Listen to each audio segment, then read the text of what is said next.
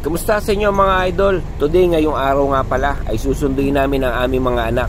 Dahil halos 3 linggo rin sila simula nung nagbakasyon dito sa Isabela. Siyempre, ngayon ang araw na muli namin pagkikita-kita. Kaya susubukan natin ngayon kung masusurpresa natin sila. Nandito kami ngayon sa loob ng sasakyan. Nagtago muna kami para hindi kagad nila kami makita.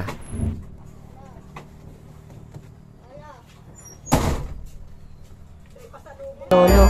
At pagbukas ng pinto, nagulat siya sa nakita niya. Nahiya pa nga siya dahil kala niya hindi si Mima at si Dida.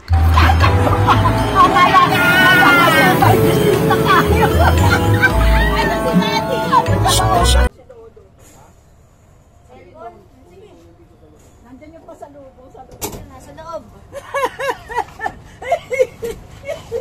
Sino yan?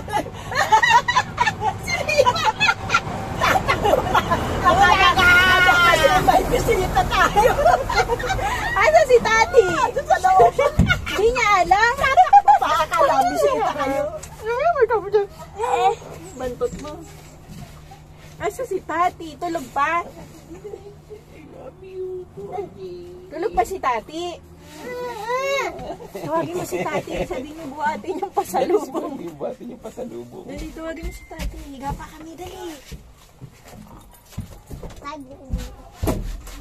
Sabi mo tulungan ka magbuhat. Halika po, kunin mo ito.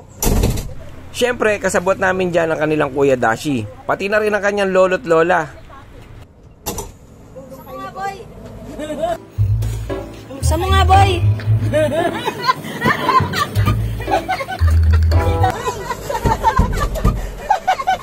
Kita mo, kanya mo yan lumapit. Ito sa akin. Punta raw kayo sa Baguio. Ay, kambembe!